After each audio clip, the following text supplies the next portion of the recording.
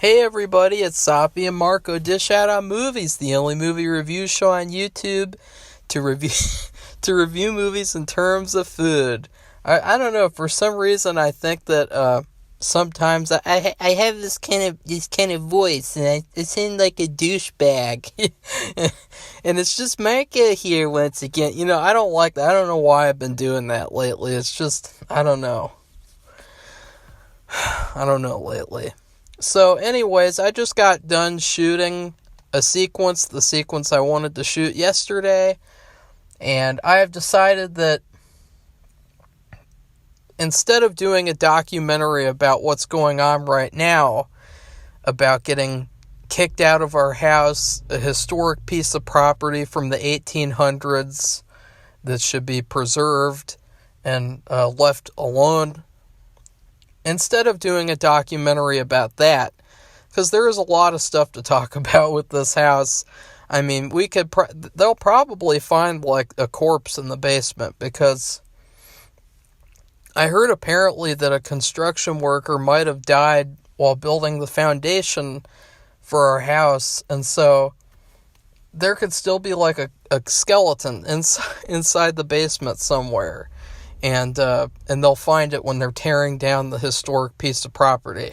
So anyways, I decided instead of doing that, in the next coming weeks, I will do a video giving you guys a tour of the house and a tour of the property.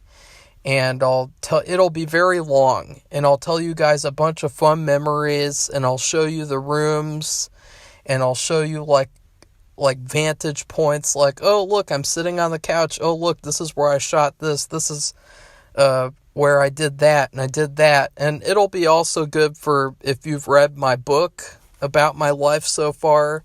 It'll have a lot of those types of connections to it. So that's what I decided to do with that. And last night I wanted to shoot this sequence last night, but I was just not in the mood. I was not up to it. I was tired. And so I ended up watching a movie.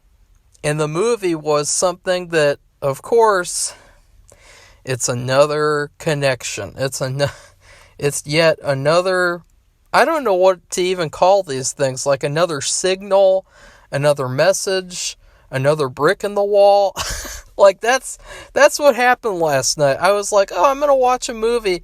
It's a movie that I've wanted to watch for a long time. Because I'll just tell you guys this, too. This is a little background. In 2019, 2020, there was this really good horror YouTuber that popped up called Derek's Horror Corner. And I really, really, really loved his videos. He was so good. And he was so fun, and he was so, he was just such a great YouTuber, and it's so sad because he ended up quitting doing horror YouTube so that he could do a religious YouTube channel instead. And I thought, like, that's sad. Like, I mean, he was such a great YouTuber, and I thought he was the best YouTuber to me, and I was really looking forward to seeing him grow. And so it was really sad when that happened. But anyway, that's beside the point. I really loved him. He was so fun. He did these commentaries. He interacted with all the comments. And he was just the best. The best. He would even agree with like some of the weirder opinions that I have about these horror movies. And he was just really good. I can't emphasize enough. And unfortunately, the worst part, even worse than him quitting, was how he deleted his whole channel. So you can't even see his old videos. And his old videos were like amazing. And it's so sad they're all gone now. But I was watching this psycho commentary of his, and that was such a great commentary.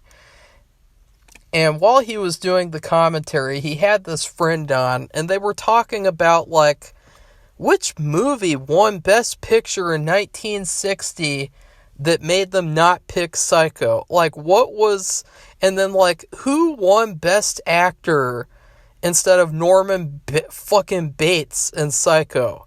And I said, I looked it up, and there's some fucking thing called fucking Elmer Gantry or Elmer Gantry, and it's like, what the fuck is that? And the friend was like, hey, I see your comment right there. Let me just stop you right there.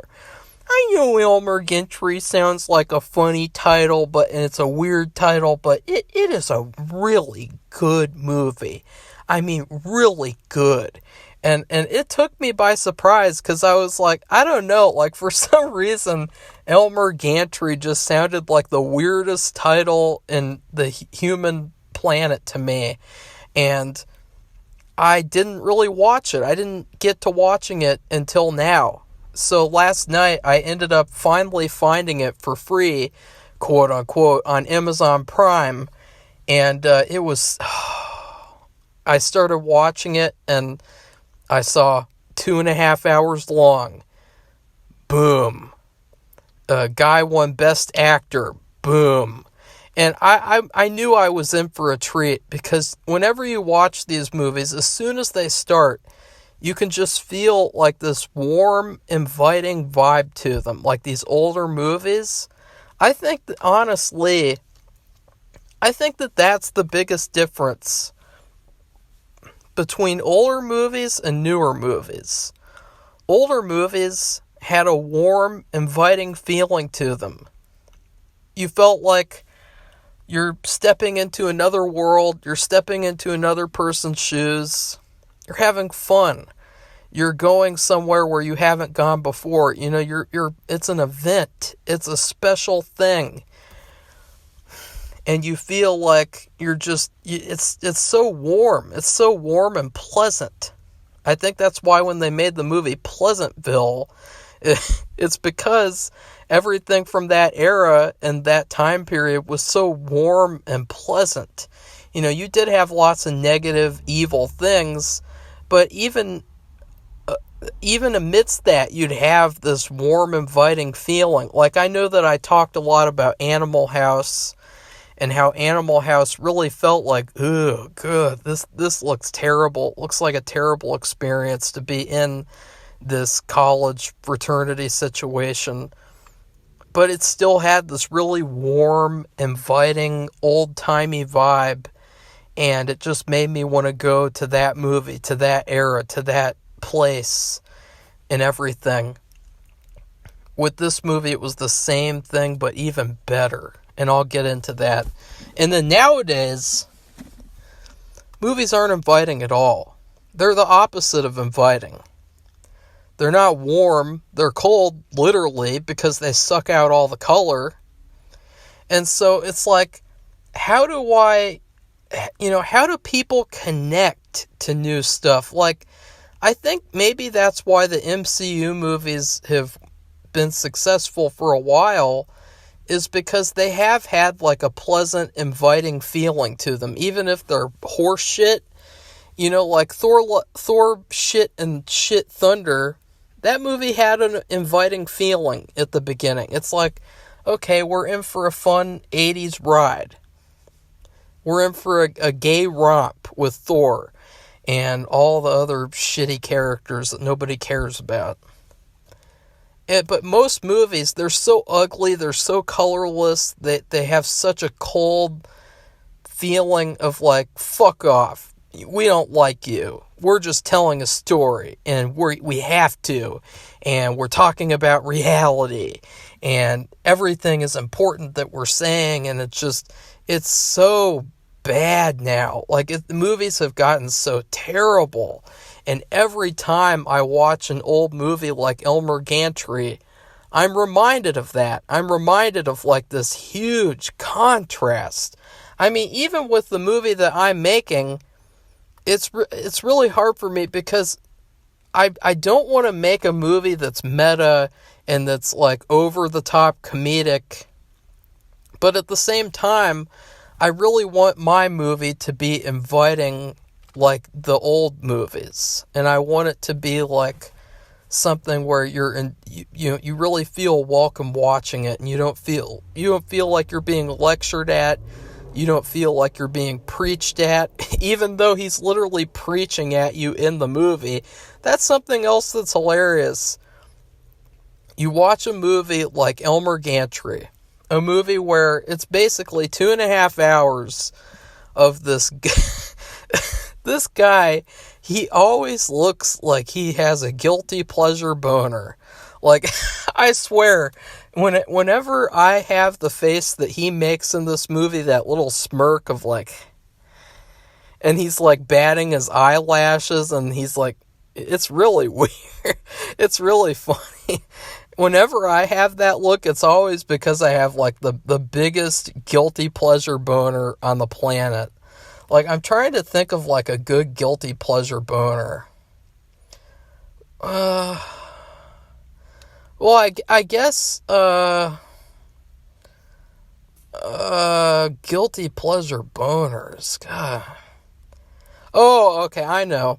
Allison in the new Halloween movies, to me, I think she's the hottest Halloween girl in existence, because I rank them all in a very fun video. Probably one of my favorite videos ever to do. She is definitely the sexiest to me, but her character is trash. She's not a very good actress, and those movies are just so terrible that I feel like I have like a guilty feeling at the same time while I'm getting this, like, I don't know, like a monster boner. It's like it's such a guilty, it's like, it's bad, but you like it anyway, and it's very uncomfortable because, like, I'd much rather, I feel bad because then, like, you feel better when you have a boner for a woman like Sister Sharon and Elmer Gantry, because she's a wholesome, beautiful, very good person. She's a very, very good person. She's not an annoying, boring biatch like Allison, the fake final girl, the Miss Kiss Without Consent biatch. It's such a different feeling. But anyway, how did I get to talking about guilty pleasure boners? Those are just one of the many types of boners, by the way. I mean, there are so many different types of boners that you could probably, like, write a whole dictionary about boners. And I would say this movie gave me a plethora of a variety of boners. Like, this movie gave me the... I know, because of Elmer's face. Like, the whole movie is just Elmer making a guilty pleasure boner face while he screams and preaches at the camera, fire lakes and devil and goblins are coming for you because you sin stuff. You do sins, boy or girl. Like, that's the whole movie, is just this guy yelling at you. It is like the greatest thing I've ever seen. Like, this is really one of the greatest movies I've seen all year. Like, I'm not kidding. I don't care about the subject matter because that kind of stuff gets really annoying to me, especially if it's in a movie where it's like the whole movie is just preachy. But it really worked in this movie. It really, really worked. And the difference is that you have a movie like that where he's literally preaching to you at the camera. And there's like a part at the end where he's talking like almost directly to the camera, and it feels like the most personal thing ever, where you're right in his face and you're having this connection with him where you can see that he's changed or not. That's the fun thing about it. But nowadays, to compare it to another similar type of character in what was that shitty ass movie called? The Eyes of Tammy Faye. What was that movie all about? It was all about agendas. It was all about Tammy Faye was a legendary hero for the gay community. That's what it was all about. It was all about her suffering and wah, Jim Baker bad, this and that, and she's gay hero. That's what the whole movie was about.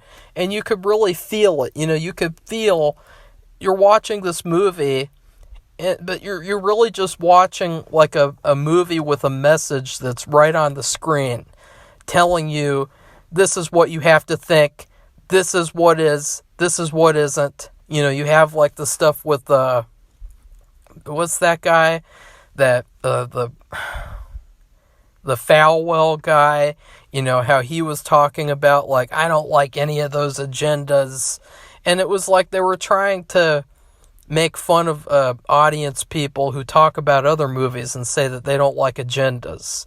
And it's like, okay, we see exactly what you're doing here. This isn't welcome or inviting or anything. And most of the movie takes place in the cold, too. Like, most of the movie is very cold. You know, the characters are always in the cold. They're always outside, or they're in these cold-looking environments. They do like winter songs. It's just such a cold movie.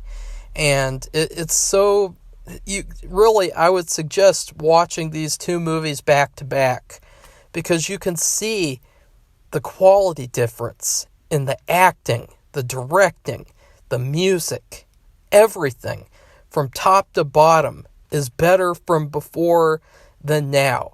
Everything, every single aspect, even the extras, even the people who don't even have any lines are better than the ones that are around nowadays. That says something. And I think it's because people are different now. And so people are different, the acting is going to be different for the most part. So you're going to have a lot of terrible acting because people are terrible now. They're sick, they're suffering, or they're sad, or they're angry about something. They're not having fun anymore making movies. And that's what I think, too, about this movie, Elmer Gantry, is you can tell everyone in the movie is having fun. Everyone in the movie, even when they're at the peak of their suffering, even when people are dying, even when people are getting their shit kicked in, it looks like they're having a really fun time. It looks like a party. It looks like a 2.5-hour party. So the movie starts off, and I know this is already a long video, whatever. I really love the movie, so I couldn't care less. I could talk about it probably for hours if I didn't have like a little bit of a filter. So it started off, and immediately the movie pulled me in with the performance of Burt Lancaster. I believe this is my first Burt Lancaster movie ever. And I was so impressed. I was just sitting there like completely inspired and enthralled by his performance. This person who you just want to watch him and watch him and watch him. Like, he is so good that your eyes are glued to him. Like, normally you can't get my eyes to glue to someone unless they have long hair, or they have short Audrey Hepburn hair, a big ass, and fucking, I don't know what else, a sexy person. Like, I can't, my eyes don't get glued to someone unless they're really sexy. But I swear, for one of the first times ever, my eyes were glued to a man in a totally non-gay way. My eyes were glued to Burt Lancaster. He was so good. I could just watch him forever. Like, he was that good. And I was like, hell yes, I am excited to watch 2.5 hours of Burt Lancaster screaming at me. I mean, right off the bat, it's this very fun and pleasant. I know it's not pleasant, quote unquote, but it feels pleasant. This scene where they're in a speakeasy, and you know they have all these little Christmas decorations, and he takes this church donation or orphanage donation thing, and he's telling people to donate, and he's preaching to them, and then it turns out, oh, it's just to get with that blonde girl sitting at the bar, and but it was so good. Like, right off the bat, he starts off with this scene that could easily, for me, give him Best Picture. I mean, Best Actor and Best Picture, too. Like, that's when I knew the movie was going to be great. no matter what happened, no matter what plot choices happened in terms of who lives, who dies, I was already going to love the movie. The acting was so inspiring. It was really a masterclass in acting, everything about filmmaking. And so you have this Elmer character, and he's pretty shitty. And he drinks alcohol all the time. He lies to his mom. He doesn't send her Christmas presents. He's like a sleazy salesman. He bangs girls. He one night stands them. He rides on trains like a homeless person. Well, he is a homeless person. And I really love the sequence with him on the train where he's sleeping and people are trying to steal his stuff, because that felt real. And it's like, even though this guy's really shitty, you can't help but feel this really strong sense of danger whenever he's in danger. And that's how you can tell that you have a great character. Because nowadays, if they had a character like this, you know, they just wreck his shit and you wouldn't care, because it's like, oh, of course, he's the evil white man, and so he has to be punished, and he has to be thrown against the wall, and his nuts have to be chopped off, and all that type of stuff. You know, of course, to be expected. So probably one of my favorite scenes of the whole movie, and it's saying something, since this scene happened like 10 minutes in, if even that. He's walking on the railroad track, and something else is, I really think the sets and locations in this movie are a masterpiece in and of themselves. You see all these sets in the movie leading up to him meeting Sharon. And I know we'll talk about that part.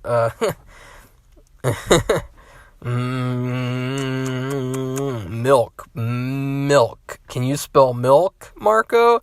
M-I-L-K. That's all I'll say about that part. You guys see how much I love this movie? I'm acting like an idiot. I'm acting like a complete fool because this movie excites me. And when something excites me, I get weird. So there's all these sets, though, leading up to him meeting this character, Sharon, who's his main love interest. And and in the backgrounds, you see these posters of Sharon, and it says revivalist meeting, blah, blah, blah. And it has her picture, and it's just this very beautiful picture. And I don't know, like, there's just something so beautiful to me about these places where he's like walking around and you see this poster of like this revivalist meeting, and it's such all of these shots are like paintings. Like, it's like I want to go right to that area and just stand there and just stare at that magical picture of this person. Just they didn't even have to show her in the movie. Like, that's how powerful it was. And how powerful it was when he actually meets her. It was like, it was like otherworldly, the way that these pictures in the background, just, you're seeing these pictures, and then, ooh, shit, he actually gets to meet her, and then it's all about him getting together with her and preaching with her and everything. So I really love the settings, like that shot with him on the railroad track, and you just see the poster of her in the background. It was such it gave me like cinema orgasms. Like, I was just like completely like, okay, this movie is something special. But then we get to one of the best scenes in the movie, if not the best scene in the movie, where he walks into this black church and they're singing a song together. And then they stop, and he joins in with them, and he starts singing in with them. And they all start singing together. And it's such a powerful, meaningful sequence. And everything in this movie was just so moving and so inspiring.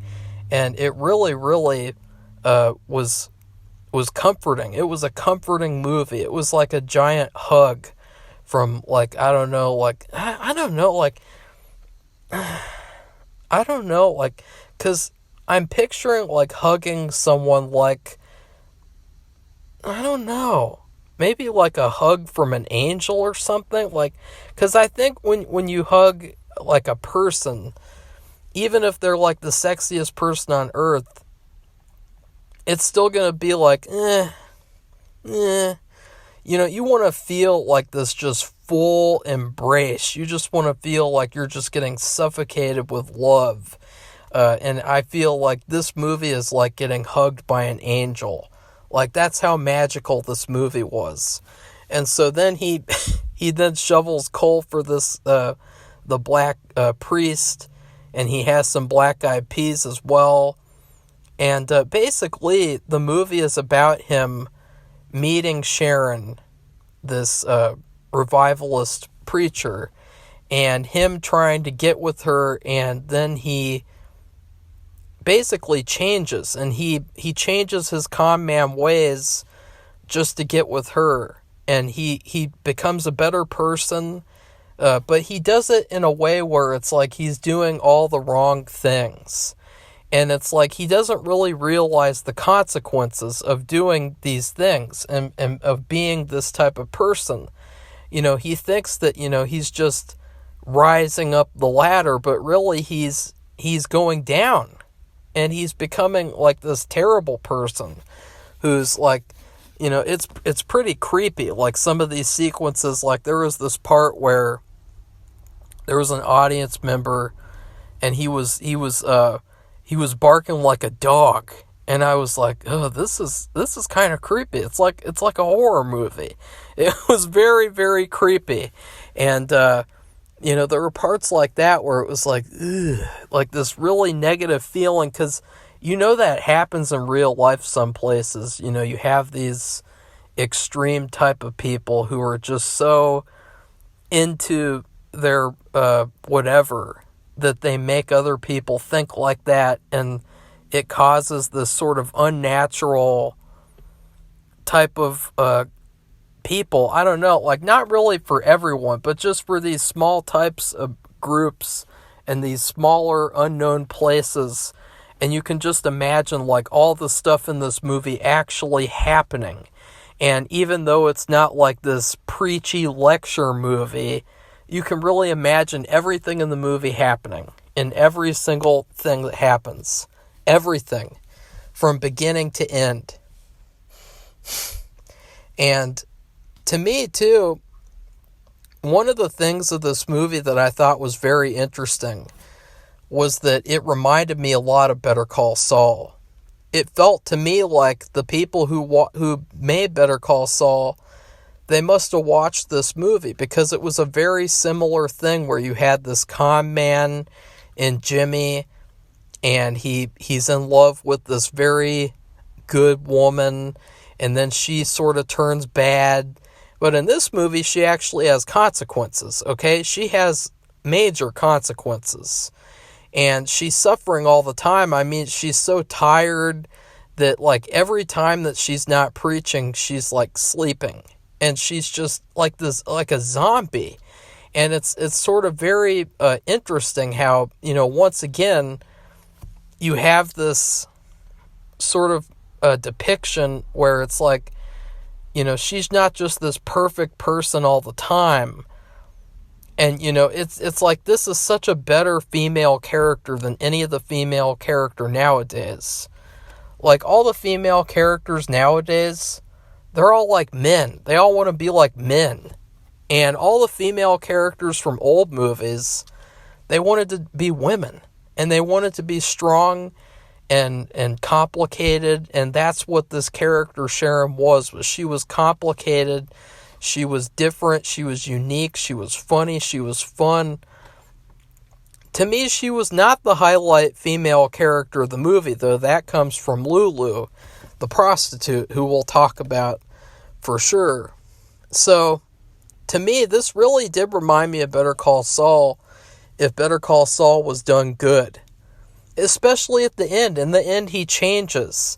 And it was so powerful at the end. It made me think, like, see, If they had ended Better Call Saul like this, it would have been such a better ending. And, it was so good. So good. So he meets Sharon. And by the way, as soon as they started saying the name Sister Sharon, I immediately knew why I had to watch this movie, when I had to watch this movie, and I'm sure if you guys paid attention, then you guys know too.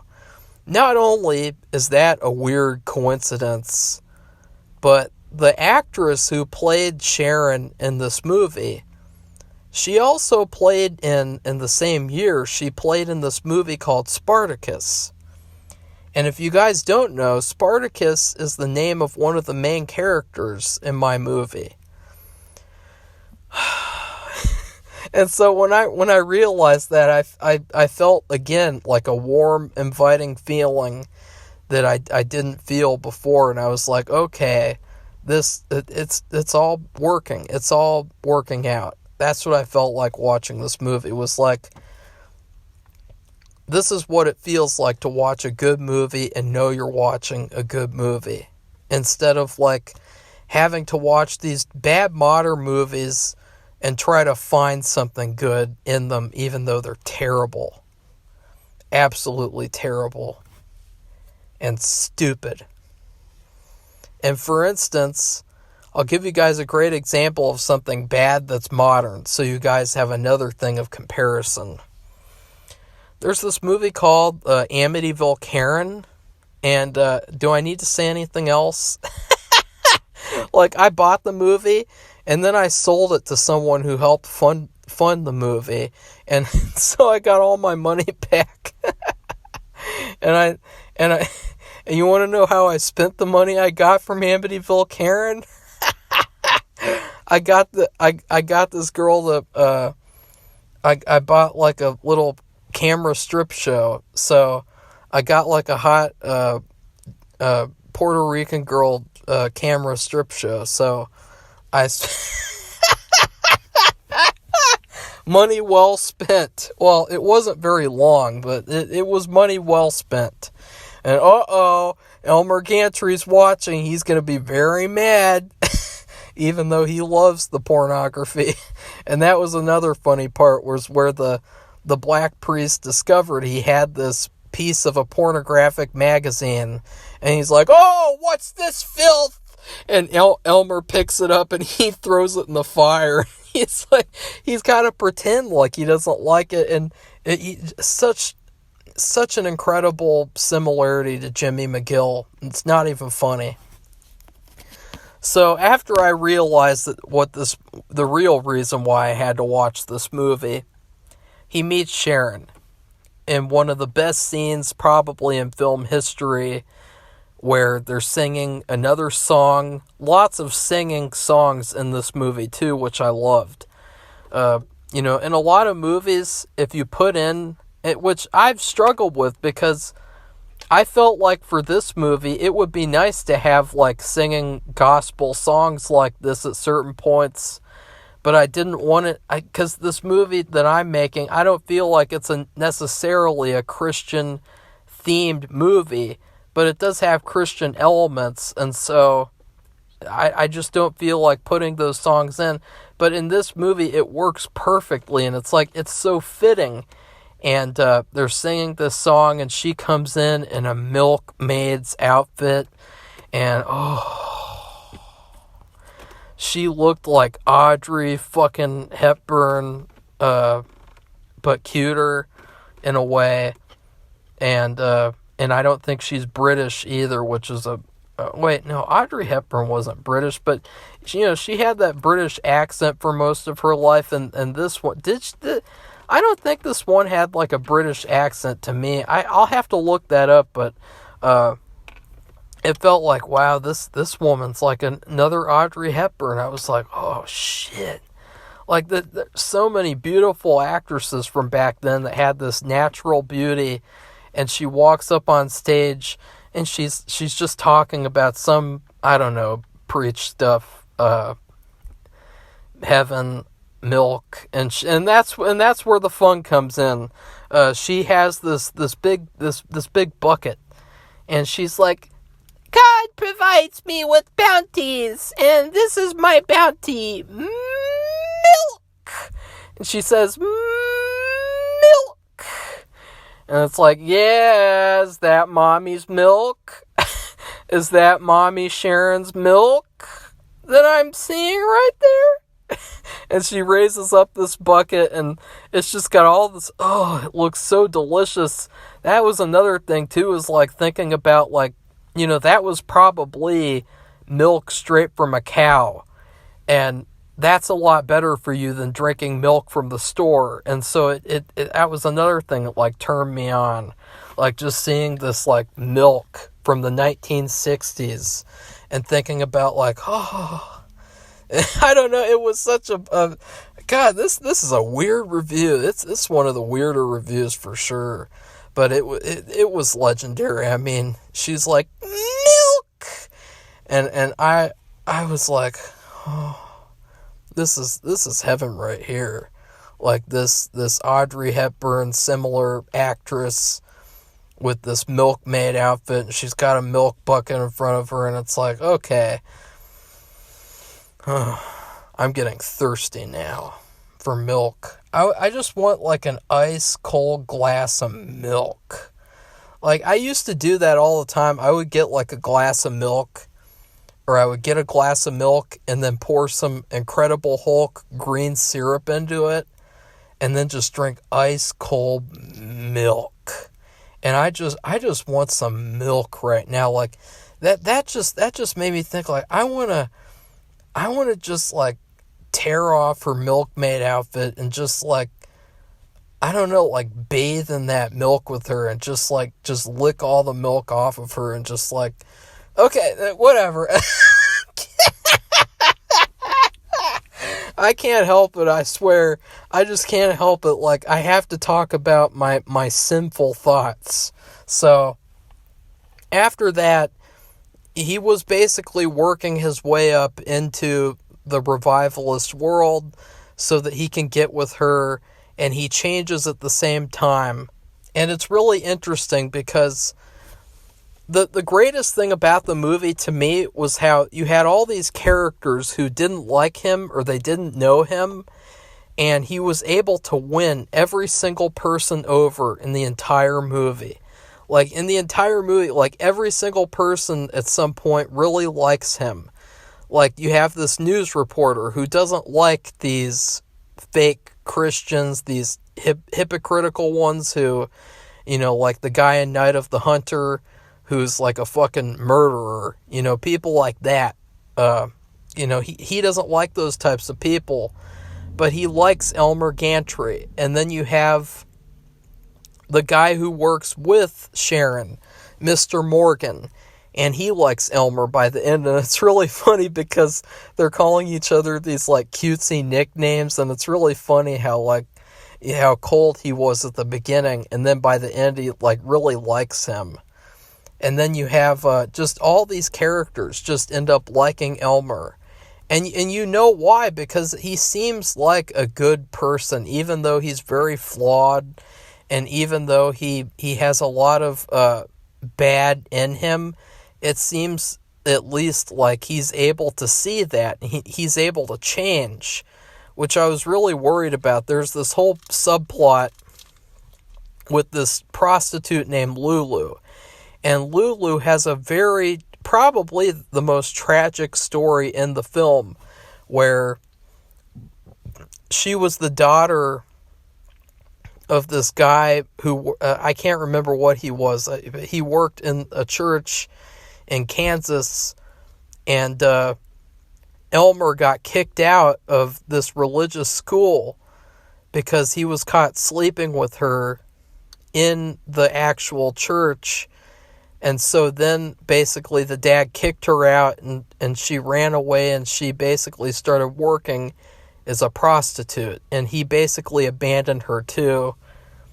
Very, very sad that this person, that she lost everything and that she had to become a prostitute because of the stigma of like, oh, she slept with someone, oh no. And I gotta be honest, like, I really felt bad for her character because I felt like she had to go through the most out of everyone in the whole movie. And so she does this plot where she tries to blackmail Elmer because she knows that he's already with Sharon, kinda. And so she's jealous. And she sets up this blackmail thing where she has pictures taken of them doing stuff together. And it's really sad because he's concerned for her, and he's really treating her like, you know, like an adult for once. Like he's not just treating her like a piece of meat, you know, he's apologizing, he's caring for her, he's saying, you know, I'll send you money once in a while, take care of you, and he's just like wishing her well.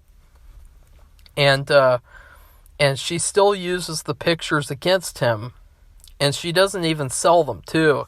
She does this weird thing where she says like, oh, I'll sell these pictures to you, Sharon and Elmer. And then Sharon comes with the money, and she says, never mind, I already put them in the paper, and now you're exposed. And then they all attack Elmer and Sharon, and that was another favorite scene of mine, because Lulu is sitting there in the church, and all these people, they start attacking them, and they start throwing things at Elmer, and they start like, they have like horse whips and stuff. It's really negative. And Elmer doesn't care. And he says, you know what, I deserve this. And I'm just going to walk on through it, and I'm not going to care. And that was really surprising to me. I mean, obviously, I expected him to, like, wreck shit and, like, to run after her and, like, beat her up and stuff. But he doesn't. He knows that he did wrong. And he knows that even though this is bad, that, like, you know, he deserves it.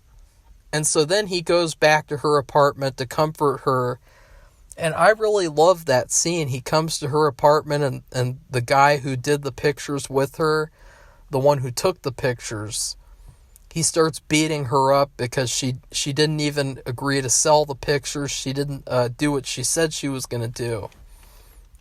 And then he beats that guy up. And that was another funny thing, was like the beating up scenes in this movie were really fake but really good at the same time. They were so fun. And they were so, you know, nowadays, they probably just cut with every punch, you know, and it would look really bad.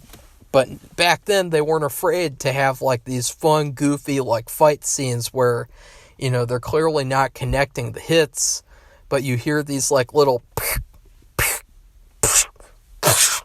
and then he knocks him down the stairs. He just throws this guy down the stairs so that he can go comfort Lulu.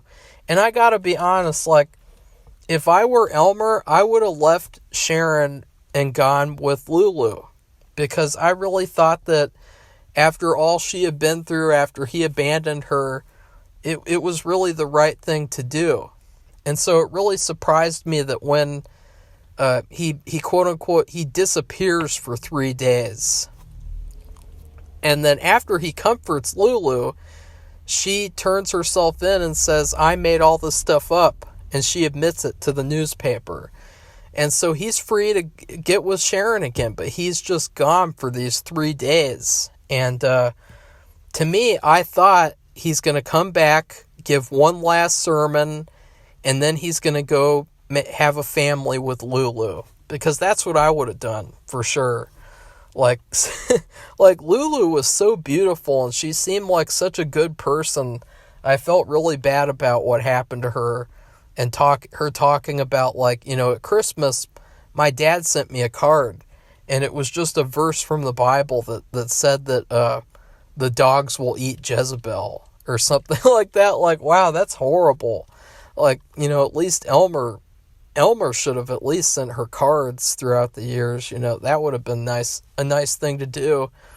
So I really felt like he should have gotten with Lulu, because he has this romance with Sharon throughout the movie, and it's a good romance for sure. I mean, it's very, very good, but Sharon,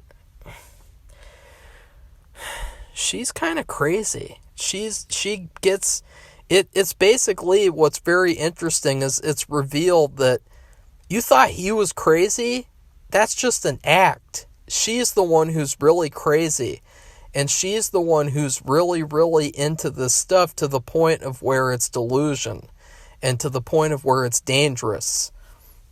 And there's this very, very disturbing scene at the end where she's giving a sermon in her place of worship where any person of any religion can come. And it's this positive place, this utopian building. And it was weird. Because there was this guy in the audience who was blind, and he wanted deaf, and he wanted her to heal him. And she started doing the healing thing, and, the healing act, and it was so creepy and sad, because it was like this woman, either she has lost her shit now, or she was always like this. And, it was really weird. And I thought, see, this would have been such a perfect, tragic ending for him to leave and to get with Lulu, and for it to be like, the twist is that Elmer wasn't the one who was the crazy, over-the-top guy preaching, like, doing that the whole movie. It was really Sharon on the inside. And over time, that came out, and it really destroyed her, and it really showed her true colors. And so I thought that was really dark. And I thought that they were going to reveal that she paid him to do that, because he acted like he had healed her. And you know that stuff doesn't happen. And so, it was really weird. And then the place burns down. And that starts the next sad part, because everyone runs out and everyone doesn't care about Sharon. I mean, Sharon is she's doing this really weird, zombie-like trance where she's telling people, wait, stay in here, wait. And it's like, what's there to wait for? You got to get the fuck out of here. The place is burning down. And it was like she wanted people to stay in there and die with her. And that was so tragic and sad. And then Elmer is forced out by this mob of people. And so then she's the last one in there. And she disappears forever. And she burns alive. And I thought, this is a really powerful movie. It's really, really good. There's so many things that I can't even get to because it would take hours. The brilliant scene where Elmer takes down the newspaper guy, and he's got this book stack, and he opens it up, and it's this alcohol stash in there, and just so many great moments like that of even if you agree or disagree about any of the beliefs that they're talking about in the film. It's really good in general, acting, story, character. It's really, really good regardless of all the specific stuff. So the ending, I really love the ending too, because Elmer refuses to speak. He refuses to give a sermon because he realized that his speaking and doing that act was bad, and that it was turning people into weirdos, and it was a very negative thing for him to be doing that. And I loved one of my favorite lines in the movie was when I think she was asking him to preach, and he says, if these people want to hear a sermon, they can just go to church. And it's like, damn, he just destroyed these people. That line was just so epic. If these people want to hear a sermon, they could just go to church. They don't have to go to this tent thing with this crazy woman who wants them to die in a burning building.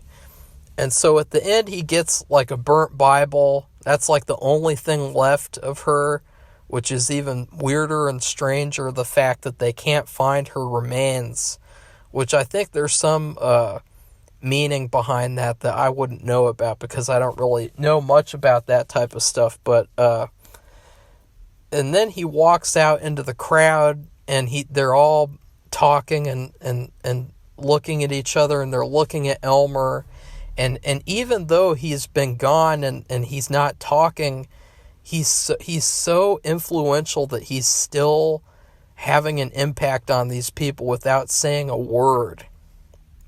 And then he starts singing the song that he sang in that black church, where it was sort of like his awakening, and it was like he was trying to spread positivity to these people and like just give them one last breath of inspiration. And there was another blonde woman too, who worked with Sister Sharon, and it was another weird like thing where like she could have been a good love interest to Elmer like after Sharon was dead. And I wondered like why they didn't really do anything with that. Like she just kind of starts singing and then walks off, and then he walks off, and then Mr. Morgan, he says, let's do a bigger and better church. I know Sharon would want you to continue her work. And he's changed, and he's like, he quotes the Bible, and he says like something about like, he's put away childish things. And it was another epic quote where he just shut this shit down of like this nonsense of like going in a tent and telling people that they're all going to hell and spreading this fear, because that's all he was doing, was spreading this fear. And where you have fear, you have hatred, and where you have hatred, you have violence. And so I really love the ending. And then he just walks off and he says, I have a train to catch. It's too bad that they didn't show him getting together with Lulu at the very end, because I felt like that would have been a better ending for sure. But I still really love the ending. In terms of a food review, nothing can really describe for me how great this movie was. Like, this movie was so phenomenal, it was mind-blowing. And I already started watching it again. I might finish watching it again tonight, because I don't know if I'll be able to do any sound editing tonight, which I need to do for that sequence I just shot. But, so, anyways, I think that I'll give this movie a full Thanksgiving dinner, because that's what this movie feels like. When you eat Thanksgiving dinner, it feels like just the most inviting meal that you ever eat, because you just get everything you could want. You get the biscuits, the gravy, the corn, the mashed potato, the turkey, the stuffing, the cranberry sauce. Everything you could ever want, you get to eat, because you're having like this bounty of food. And something that I also used to like to do in theme with this movie is I like to have a big wine glass of milk. Mommy Sharon's milk. Mommy Sharon's milk in a wine glass. And I think that's what I'll do this year. I might do that tonight. Like, I'm genuinely so parched, like, right now, that I just want just a giant glass of milk. And I just want it to, like, I want it to come from Sharon. Like, I think that when I'm rich and when I'm famous, whenever that happens, I think one of the and you guys, you better watch out for this. I think one of the things that I'm going to do for sure is I am going to have a Clockwork Orange style statue of Sharon from this movie. And I'm going to have it to where you can get ice cold milk right out of her boobs in the milkmaid outfit. And I'm going to do that all the time.